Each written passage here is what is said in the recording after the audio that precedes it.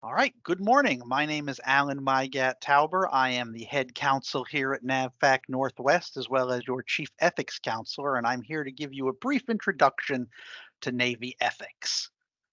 The first thing I want to talk about is the Navy's core values. Our three core values are honor, courage, and commitment. And the point of the core values is to help us navigate those gray areas when the law either doesn't give us a clear answer or asks you to exercise your subjective judgment to determine the appropriateness of the proposed activity. So remember, what you want to do is ask yourself, does this show honor? Does this show courage? Does this show commitment? If the answer is no, that's a pretty good sign that maybe you oughtn't do what you're thinking about doing. So let's talk about the Navy Code of Ethics, also known as the 14 Ethical Principles. These ask things like place your loyalty to the Constitution, the laws, and ethical principles above private gain, act impartially to all groups, persons, and organizations, give an honest effort in the performance of your duties. What does that mean? No more than 3 or 4 hours of Twitter a shift. No, I'm just kidding. Do not go back and tell your bosses that Alan said you could be on Twitter for 3 or 4 hours, one or two tops. You have a duty to protect and conserve federal property, to disclose fraud, waste, abuse, and corruption to the appropriate authorities, which is typically the inspector general. This is the one Uncle Sam really cares about: is fulfill your in good faith your obligation to citizens and pay those taxes. That's the one that we want you to do the most, and it'll keep you out of the most trouble. And then comply with Title VII of the 1964 Civil Rights Act, the Americans with Disabilities Act, and the Age Discrimination and Employment Act. You do that, we'll have no problems. So the code also has a bunch of don'ts. Don't use non-public information to benefit yourself or anyone else. Basically, this means sometimes in your job, you learn about things. You're going to find out that we're going to award a big contract to somebody. Don't go out and buy stock in that company. Don't tell your friends and family to do that. Frankly, most contracts we award here are not going to be big enough to move the needle on any stock more than a penny or two. And if you've got enough stock in an individual company that a penny or two difference makes a substantial change to your bottom line, then what the heck are you doing working for Uncle Sam? We'll spend a little time later talking about this next one. Don't ask for or accept gifts from people who do business with the government or are seeking our official action, unless permitted by one of the many exceptions. Don't make an unauthorized commitment or promise that binds the government. Unless you are a warranted contracting officer, you do not have the authority to spend Uncle Sam's money. And if you do, then there's a whole bunch of paperwork you got to do. You got to work with my office. We got to go up and get the CO's signature on it. It's a big mess. You just don't want anything part of an unauthorized commitment. Don't use federal property for unauthorized purposes. Don't take jobs or hold financial interests that conflict with your government responsibilities. You are allowed to have an outside job. You're not allowed to have an outside job that conflicts with what you do here.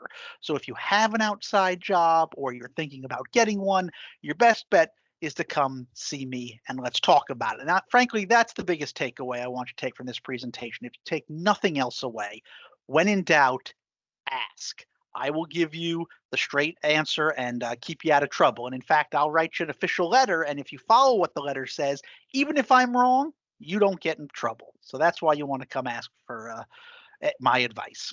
And finally, it's not enough to be ethical. We also have to look ethical while we're doing it. So don't take actions that give the appearance that they are illegal or unethical.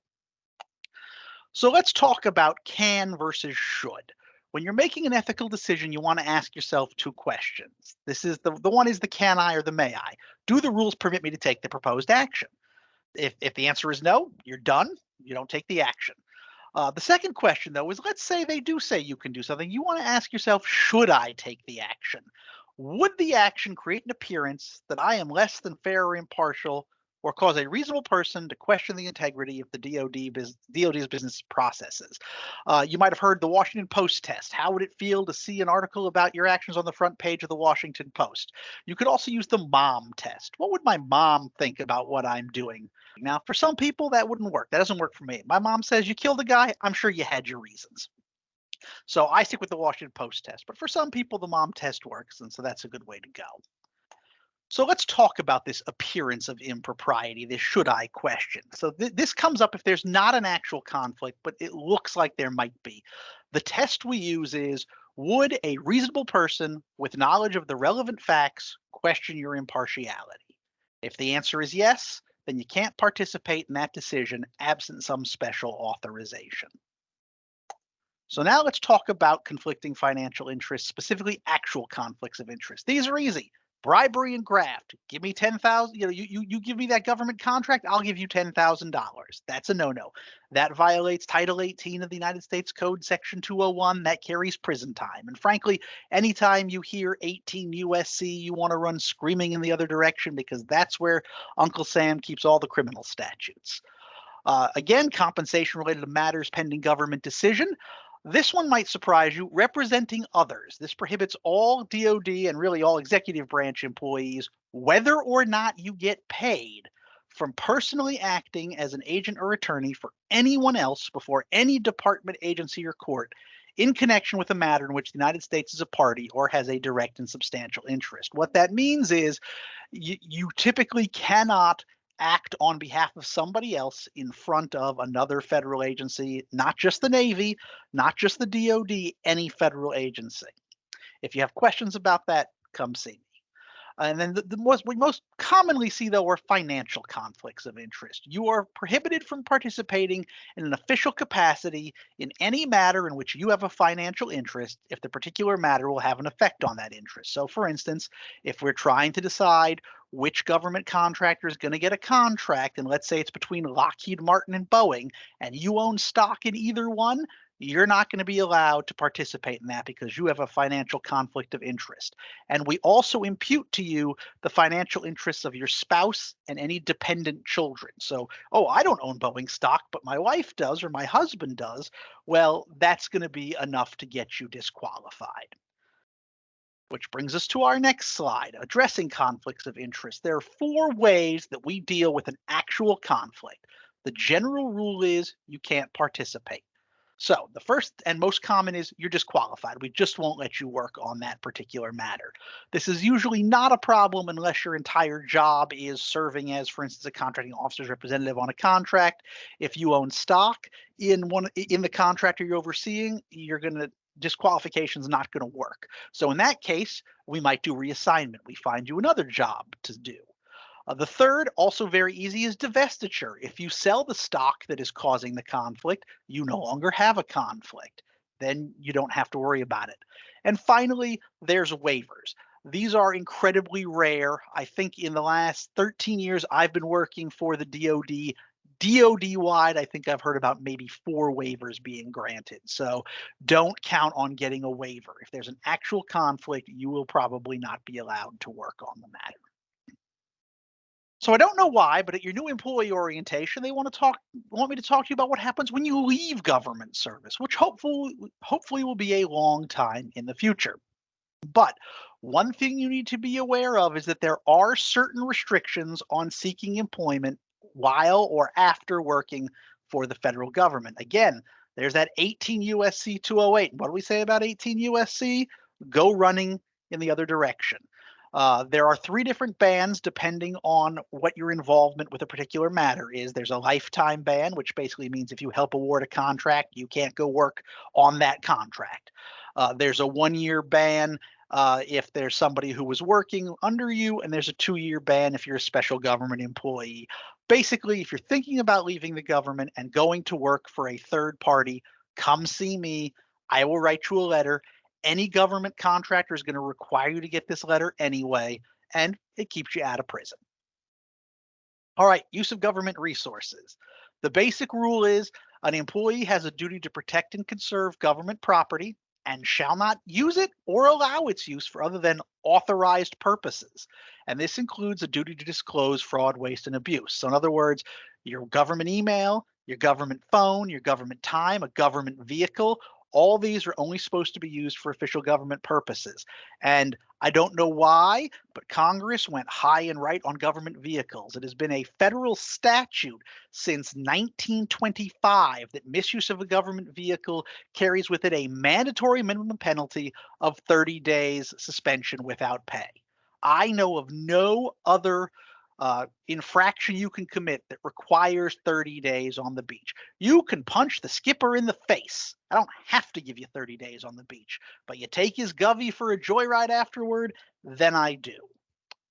All right, privacy. This is very easy. You don't have any when you're at work.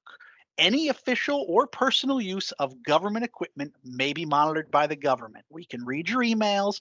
We can see your internet searches and internet usage.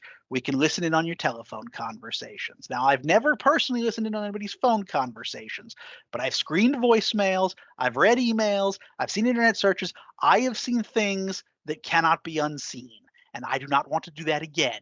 So please only use your government equipment for proper government purposes. Now, let's talk about the general gift rule. This is very easy. An employee shall not ask for or accept any gift or other item of monetary value, either from a prohibited source, which is anyone who does or seeks to do business with the government, or given because of the employee's official position. So, hey, you work for Uncle Sam? Let me give you a discount. In general, that's going to be a no go. That's the general rule. Now, there are a bunch of exceptions and exclusions to this rule.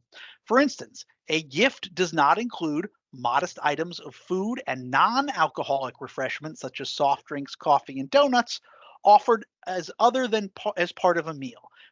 They call this kind of loosely the if I can eat it standing up rule. Now, this does not mean you can sit there with a steak and lobster and say, oh, I'll just stand up while I'm eating it. No, it's really got to be these modest items of food.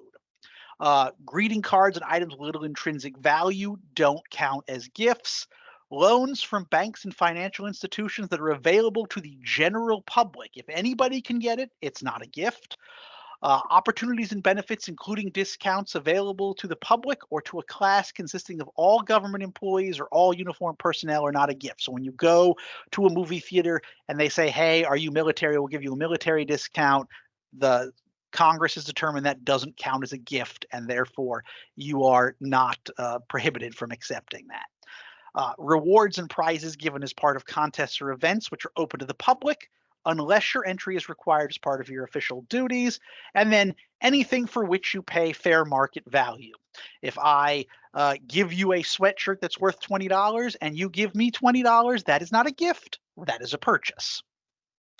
So let's talk about exceptions to the general gift rule. You can traditionally accept a gift that has a fair market value of less than $20. Now, this is limited. It's $20 per occasion and a limit of $50 a year, and that is on a contractor company level. So if you've got three friends who all work for, let's say, Boeing, they couldn't give you each $20 gifts. They would have to be a total combined total of $50 over the course of a year. And then also something to think about is cash is never acceptable. These have to be actual items or things of not money. And to give an example of how thinly we slice these things, a $20 Visa gift card is cash. A $20 Target gift card is not, because you can only use it at Target. Kind of crazy. But again, you have questions, ask me. Another exception is if you have a bona fide personal relationship. So if your spouse works for a government contractor, they do not get out of giving you a birthday, Christmas, or anniversary present. You have an existing relationship with that person. Discounts and similar benefits, again, if it's not related to your government employment, then that's okay. If it's an outside relationship, let's say your spouse does work at Boeing and they have a Christmas party and they invite everybody and all their employees and their spouses, you're not being invited because of who you are, you're being invited because of who your spouse is. You can get gifts of free attendance at a widely attended gathering. That is a term of art that requires a letter from my office. So you and your supervisor and myself would work together. And then finally, social invitations are not considered gifts.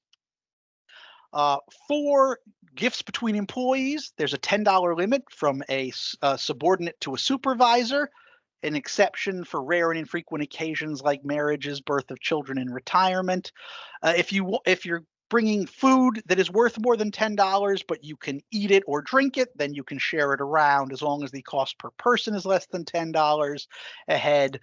Customary hospitality gifts. If your boss or a coworker is having a party at their house, you can bring, a slightly nicer bottle of wine, the sort of thing that you would typically bring. And finally, there are no restrictions on peers or subordinates, so use common sense. Don't buy a coworker a $5,000 big screen TV unless I'm that coworker, and then I'll write you a letter that says it's okay.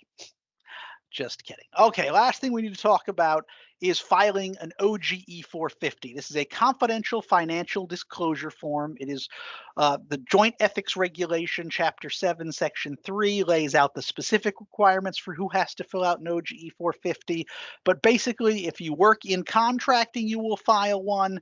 And then if your supervisor determines it, you will file one. Typically, it is listed in your position description if you have to file or not.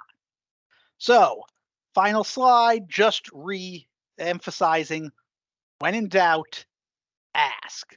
Come to me. You will never get in trouble for asking the question. You will only get in trouble for failing to do so and then acting in an unethical manner. Thank you so much and have a great day.